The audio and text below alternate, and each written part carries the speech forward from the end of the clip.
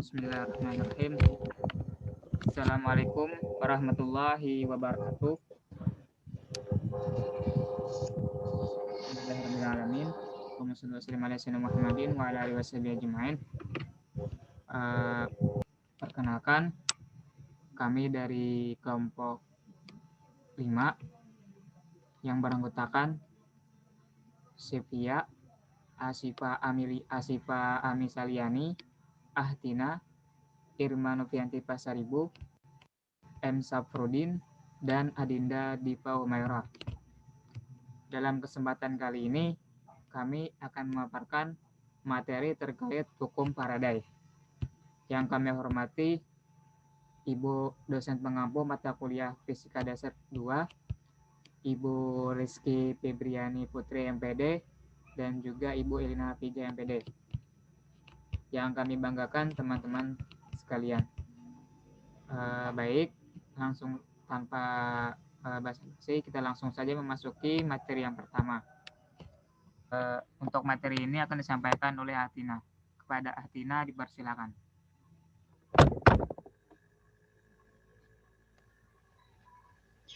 Hukum Faraday. Hukum Faraday adalah hukum dasar elektromagnetisme yang menjelaskan bagaimana arus listrik menghasilkan medan magnet dan sebaliknya, bagaimana medan magnet dapat menghasilkan arus listrik pada sebuah konduktor.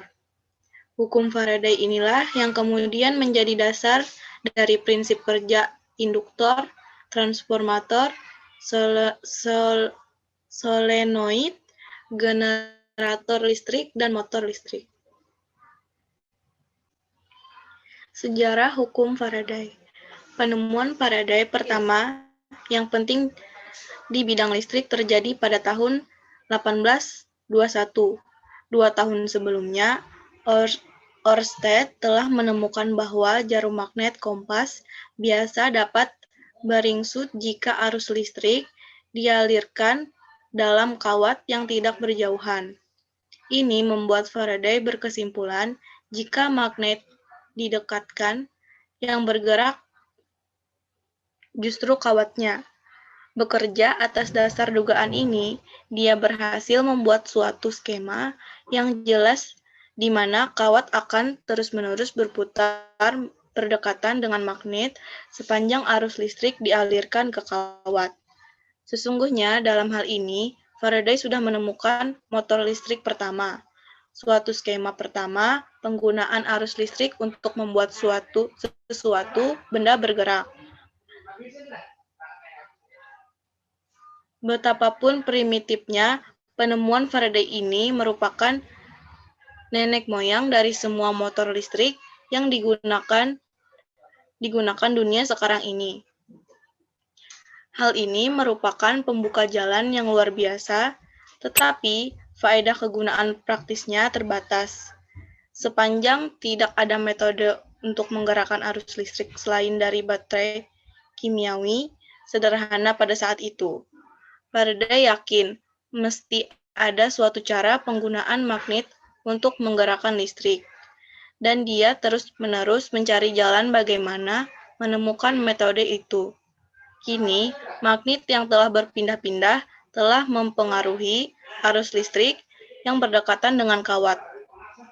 Tetapi di tahun 1831, Faraday menemukan bahwa bila mana magnet dilalui lewat sepotong kawat, arus akan mengalir di kawat,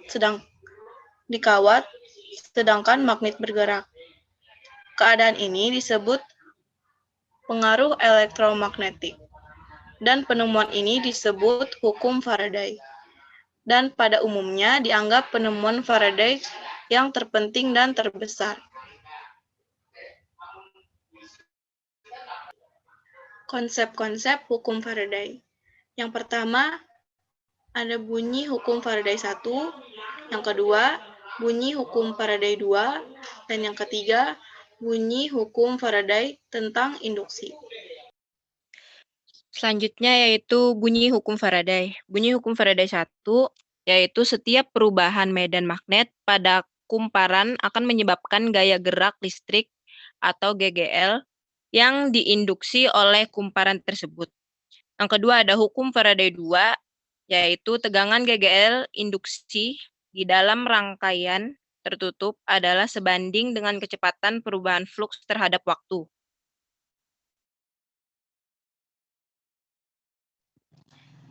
Gaya gerak listrik atau GGL induksi yang timbul antar ujung-ujung suatu lob pengantar berbanding lurus dengan laju perubahan fluks magnetik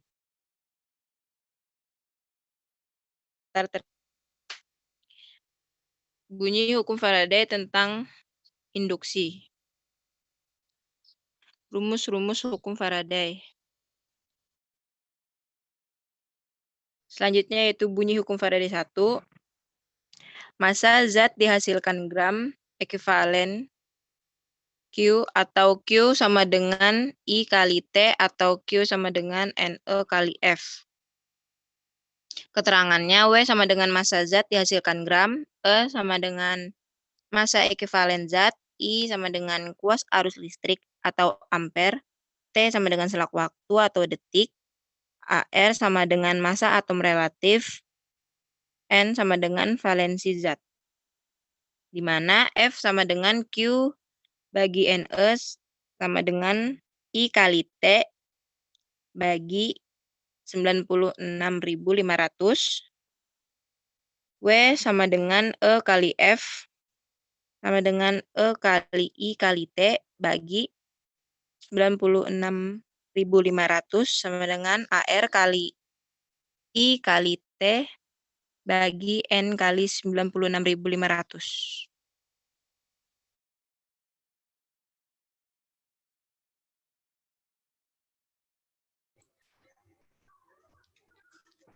Selanjutnya, rumus hukum Faraday 2. Hukum Faraday 2 sama dengan berat benda satu yang dihasilkan per massa ekuivalen suatu zat sama dengan berat benda 2 per massa ekuivalen zat 2.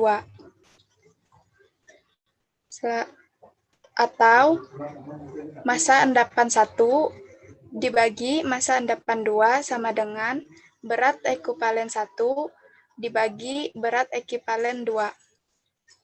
Next.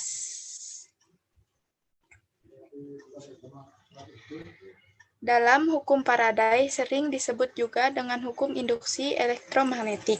Faraday, induksi elektromagnetik ini adalah gejala timbulnya gaya gerak listrik atau GGL di dalam suatu kumparan bila terdapat perubahan fluks magnetik pada konduktor pada kumparan tersebut atau bila konduktor bergerak relatif melintasi medan magnet.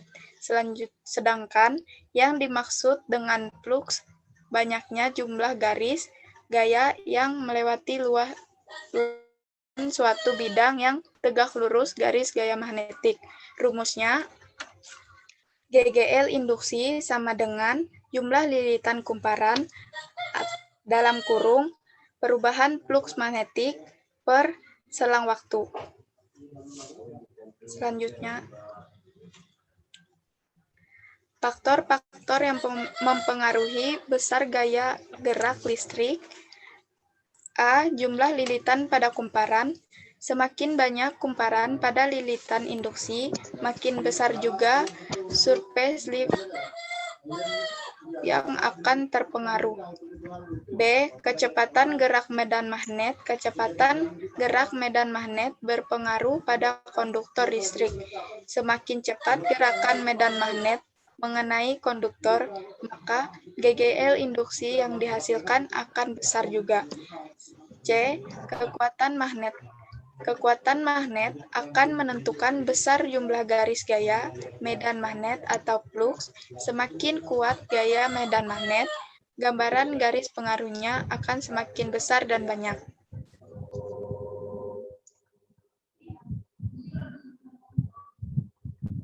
Penerapan hukum Faraday. Yang pertama, generator listrik AC. Prinsip kerjanya berdasarkan hukum Faraday.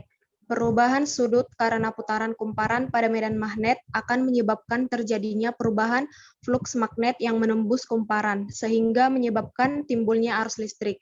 Contoh alat generator adalah genset.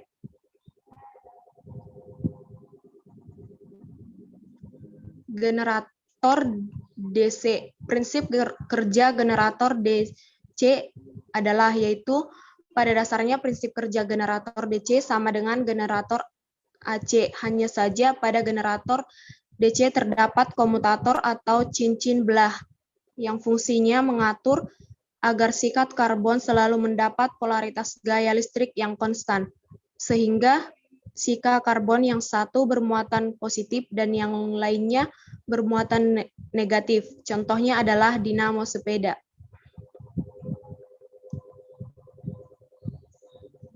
Baiklah, selanjutnya yaitu contoh kasus hukum Faraday. Sebuah kumparan terdiri dari 50 lilitan. Fluks magnet dalam kumparan berubah sebesar 5 kali 10 pangkat min 3 Weber dalam selang waktu 10 milidetik. Hitunglah gaya gerak listrik atau GGL induksi pada kumparan tersebut. Next.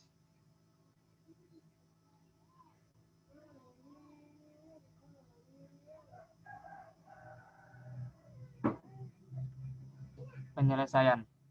Diketahui jumlah lilitan atau N 50 lilitan. Selang waktu atau delta T 10 milidetik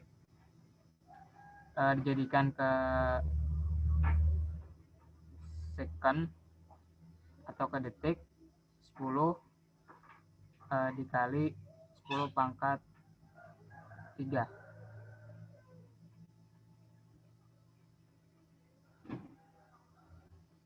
Kemudian perubahan flux yaitu 5 kali 10 pangkat min 3 Weber.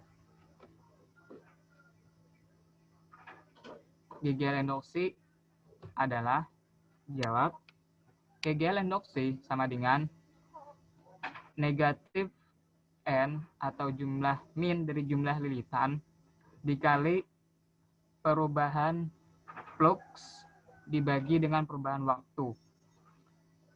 Induksi, GGL induksi sama dengan min 50 dikali 50 kali 10 dikali 5 kali 10 pangkat min 3 Weber dibagi 10 kali 10 pangkat min 3 second. Maka GGL induksi sama dengan min 50 dikali 0,5 sama dengan GGL induksinya adalah min 25 volt. Jadi gaya gerak listrik induksinya adalah min 25 volt. Next.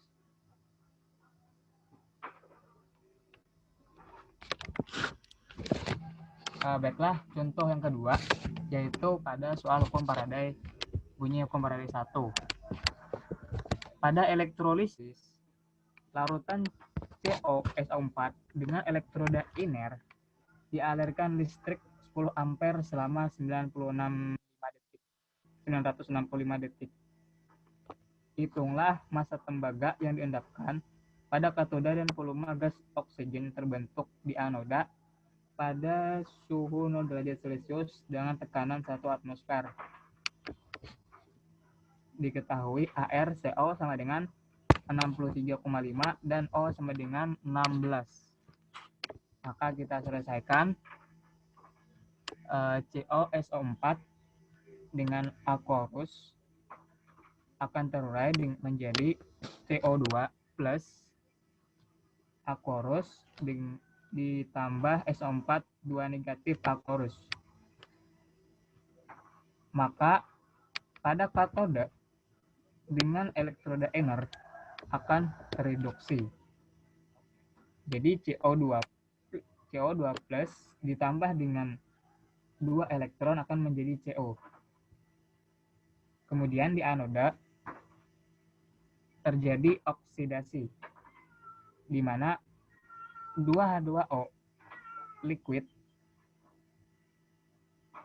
akan terurai menjadi O2 gas dan ditambah 4H plus Aquarius ditambah dengan 4 elektron. Nah, yang pertama massa tembaga. Massa tembaga itu sama dengan kita menggunakan rumus hukum Faraday pertama, yaitu E dikali I. E itu adalah elektron valensi dikali kuat arus dikali waktu dibagi dengan 96.500 sama dengan elektron valensi itu sama itu sama dengan AR dibagi valensi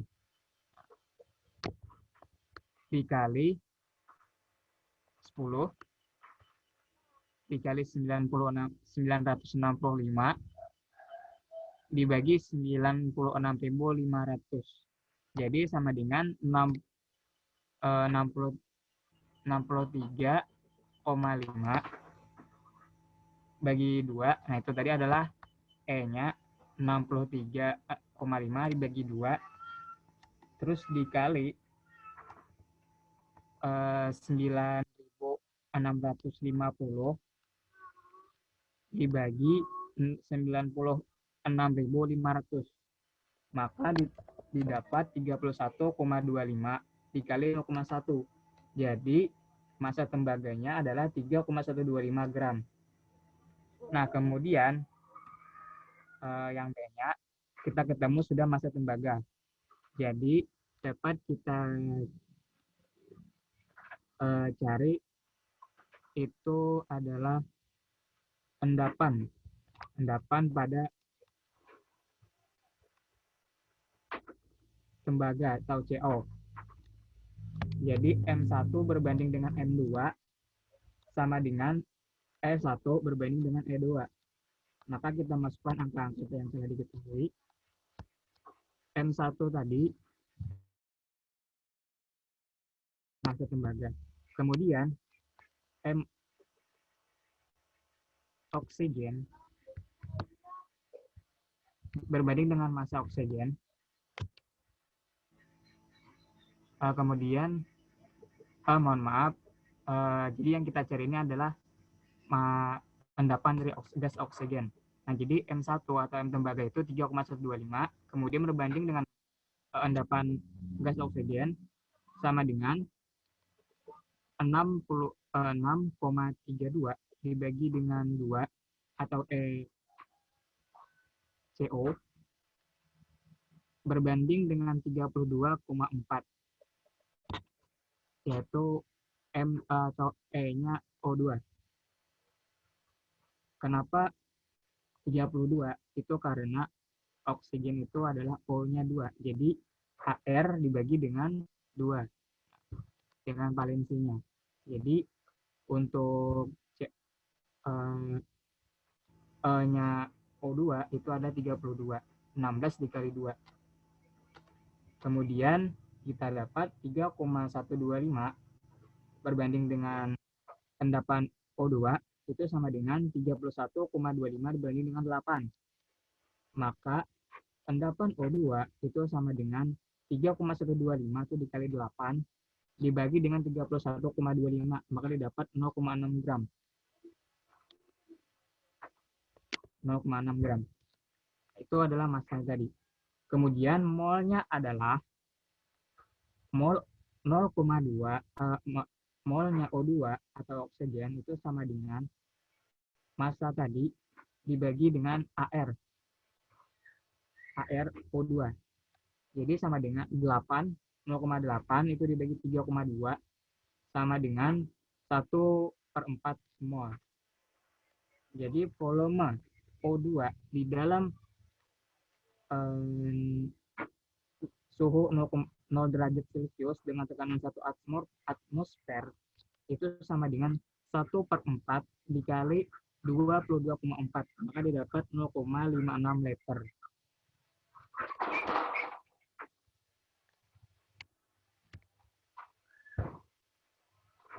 Baiklah,